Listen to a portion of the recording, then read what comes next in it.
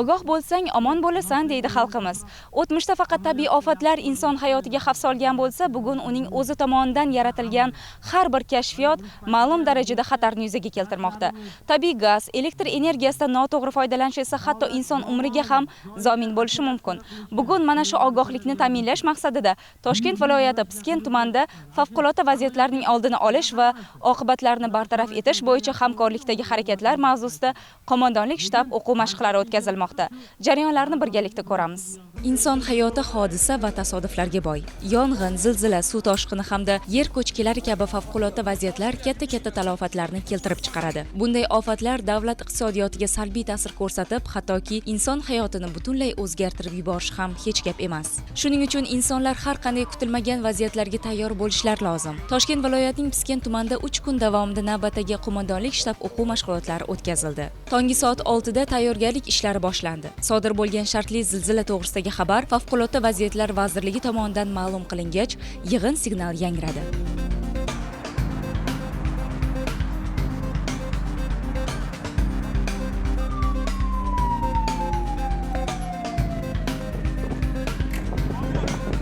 So'ngra mas'ullar tomonidan xabar berish vositalari orqali ma'lumot Piskent tuman hokimligiga yetkazildi. Shuningdek, tuman hokimining topshirig'iga muvofiq favqulodda vaziyatlar davlat quyi tizim tarkibiga kiruvchi barcha huquqni muhofaza qiluvchi organlar, korxona va tashkilotlar yig'ildilar. Piskent tumanida o'tkazilayotgan qo'mondonlik shtab o'quv mashg'ulotini asosiy o'tkazishdan maqsad yuzaga kelishi mumkin bo'lgan tabiiy va texnogen turdagi favqulodda vaziyatlarni o'z vaqtida bartaraf etish.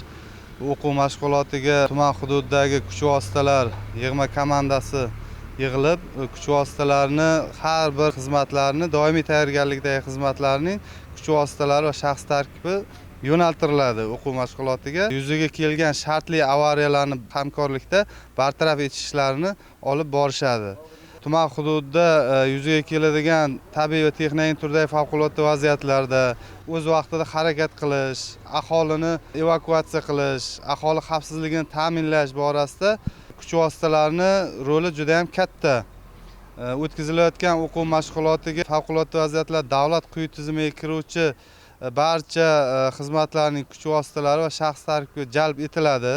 Bunda har bir xizmat o'zining vazifalari bo'yicha joylarda aholini favqulodda vaziyatlardan muhofaza qilish tadbirlarini olib borishadi. Yuzaga kelgan avariyalarni o'z vaqtida bartaraf etish ishlarini olib borishadi. Piskent tumani hokimi fuqaro muhofazasi boshlig'i hamda viloyat favqulodda vaziyatlar boshqarmasining boshlig'i raisligida tezkor yig'ilish o'tkazilib, shartli zilzila oqibatlarini bartaraf etishga qaratilgan chora-tadbirlar belgilandi. Favqulodda vaziyatlar davlat tizimi hududiy quyi tizim tarkibiga kiruvchi huquqni muhofaza qiluvchi organlar, korxona va tashkilotlarga talofat oqibatlarini bartaraf etish yuzasidan zarur topshiriqlar berildi. Shuningdek, tadbirda qo'mondonlik shtab o'quv mashqlari o'tkazilishiga jalb qilingan barcha kuch va vositalarning saf ko'rigi o'tkazilib, ularning sodir bo'lishi mumkin bo'lgan favqulodda vaziyatlarga qay darajada tayyor ekanliklari ko'zdan kechirildi. Bizlarning funksional vazifalarimiz favqulodda vaziyatlar sodir bo'lgan joyda o'sha hududga joyga borib, ichimlik suv ta'minotida ta'mirlash ishlari olib borish. Bundan tashqari avariya holatlarini bartaraf qilishdan iborat. Hamma zaxiralarimiz yetarli, kerakli asbob anjomlar hammasi shay holatda, hamma asboblarning zaxirasi yaratilgan. 24 soat uzluksiz markaziy dispetcherlik xizmatimiz mavjud. Favqulodda vaziyatlar bo'lgan taqdirda kerakli ichimlik suv tashish maxsus texnikalarimiz mavjud. Ichimlik suvini uzluksiz ta'minlab beramiz. O'sha paytda avariyalar bo'lsa, ta'mirlashlar bo'lsa, ta'mirlash beramiz. Piskent tumani tibbiyot birlashmasi 210 o'ringa mo'ljallangan. Barcha shoshilinch tez tibbiy yordam dori vositalari bilan to'liq ta'minlangan. Bundan tashqari favqulodda hodisalar yuz bergan holatda tuman hududida joylashgan 42-maktab hududida dala jarrohlik holatida polivoy palatkalarimiz tayyorlangan, ya'ni ona va bolalar bo'limi, jarrohlik bo'limi, sortirovочный punkt, shu bilan birga tug'ruq bo'limi va xirurgiya bo'limlari tashkil qilingan. Bu qo'shimcha 210 o'ringa yana qo'shimcha o'rin sifatida tayyorlangan dala uchastkamizda barcha tibbiy uskunalar, jarrohlik uskunalari va shu bilan birga dori vositalari va zaxira ovqat mahsulotlari bilan to'liq ta'minlangan. Hududda favqulodda holatlar ro'y berganda barcha dori vositalari, texnik vositalar va tibbiy asbob uskunalar, shu bilan birga tibbiyot xodimlari bilan to'liq ta'minlanishi ko'zda tutilgan va ayni vaqtda mana shu narsani amaliyotda ko'rsatib berish hozir bizga topshiriq berilgan va bu narsaga biz to'liq shay holatda uchastkalarimizni ham tayyorlab qo'yganmiz. Demak, favqulodda holatlar ro'y bergan vaziyatda tibbiyot xodimlari birinchi o'rinda demak o'z funksional vazifalarini to'liq bilishi kerak va ular o'z vazifasi bilan bunday holatda qanday harakat qilishi, qaysi algoritm bo'yicha bosqichma-bosqich tayyorgarlik ko'rilgan va mana shuni amaliyotda hozir biz bugun to'liq yuqori saviya bilan ko'rsatib bera olamiz. Ilk shartga kiritilgan o'quv nuqtasi Oybek mahalla fuqarolar yig'inidagi 5-umumta'lim maktabi bo'ldi. Bunda Oybek, Mo'minobod va Yangiobod mahalla fuqarolar yig'ini hududlaridan zilzila oqibatida xavf ostida qolib ketgan fuqarolarni qidirish, qutqarish va evakuatsiya qilish ishlari bajarildi. Bugungi kunda Oybek, Yangiobod, Mo'minobod mahallasi aholisi ishtirokida o'quv mashg'ulotlarida qatnashmoqdamiz.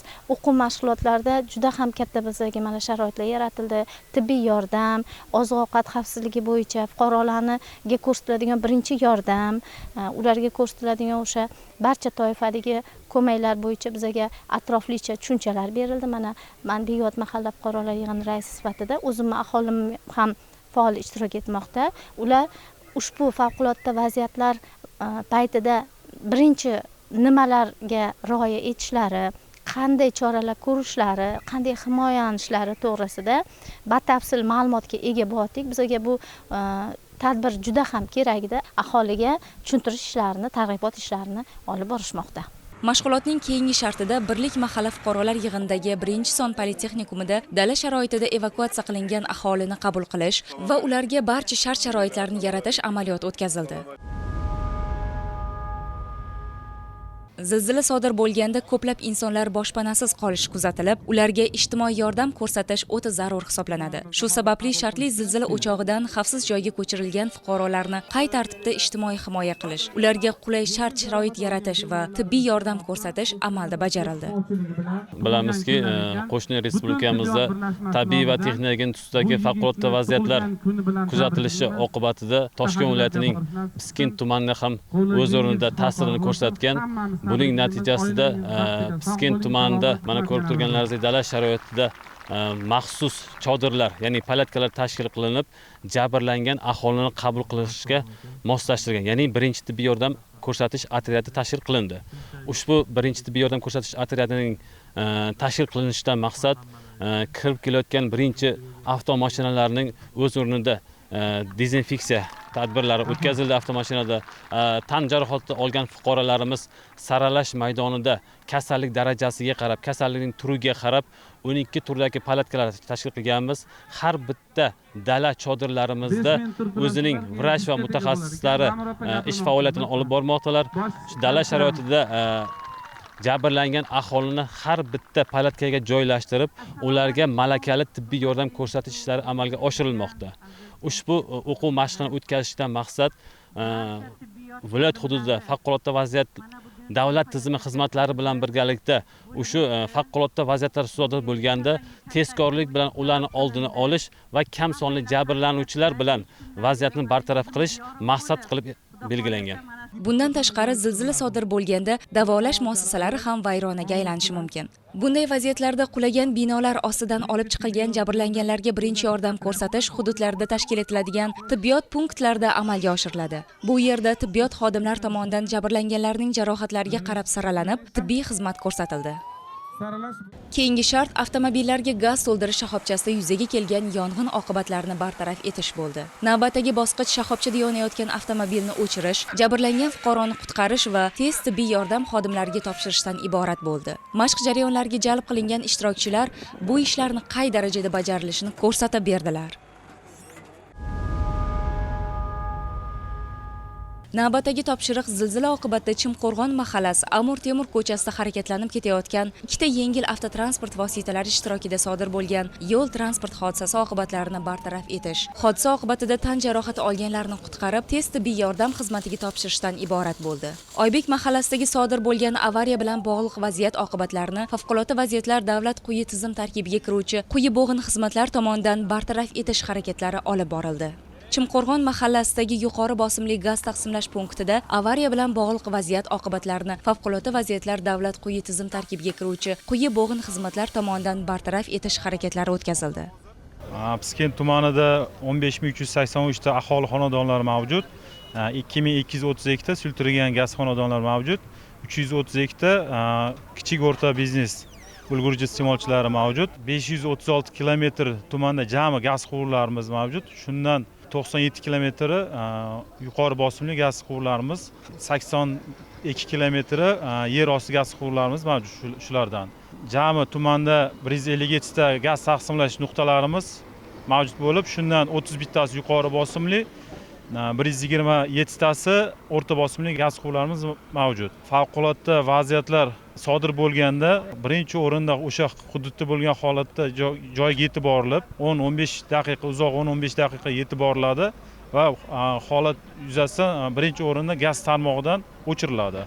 Piskent elektr tarmoq korxonasida favqulodda vaziyatlar bu holat yuz berganda biz birinchi o'rinda shay holatga keltirib olamiz, brigada a'zolarimizni ta'minlab olamiz. Keyin dispetcherlik bo'limlarimiz bor. Dispetcher bo'limlarda uzluksiz 24 soat ish faoliyatida yuritadi. Qaysi hududda yuz bergan bo'lsa favqulodda vaziyat, biz birinchi o'rinda elektr energiyadan uzamiz u aholini yong'inni oldini olish maqsadida. Favqulodda vaziyat bo'lgan 5 ta podstansiya joylashgan Piskent tumanida elektr energiyadan aholi jabr ko'rishini kerak emas. Birinchi o'rinda bizaniki favqulodda eng og'ir vaziyatda yuz berishi mumkin u narsa. Hech kim o'ylamagan holda bo'ladi. Birlik mahalla fuqarolar yig'ini Birlik ko'chasida 23, 24 va 26 sonli aholi yashash uylarida aniqlangan uy hayvonlarida kuydirgi kasalligi tarqalishi oldini olish bo'yicha favqulodda vaziyatlar davlat quyi tizim tarkibiga kiruvchi quyi bo'g'in xizmatlarining harakatlari olib borildi. Tadbir davomida Mita mahallasidagi 1-umumta'lim maktabida fuqaro muhofazasi kuni ko'rgazmasi ham bo'lib o'tdi. Piskent tumanida o'tkazilgan bu mashg'ulotlar favqulodda vaziyatlarda kuch va vositalarning hamkorlikdagi harakati, xizmatlar o'zaro muvofiqligi va tezkorlik qanchalik muhimligini yana bir bor ko'rsatdi. Amaliy topshiriqlarning puxta bajarilgani, ishtirokchilarning tayyorgarligi va jips harakati shuni anglatadiki, bunday mashqlar nafaqat sinov, balki tajriba almashish, xatolarni ko'rib chiqish va imkoniyatlarni baholash uchun ham samarali vosita sanaladi.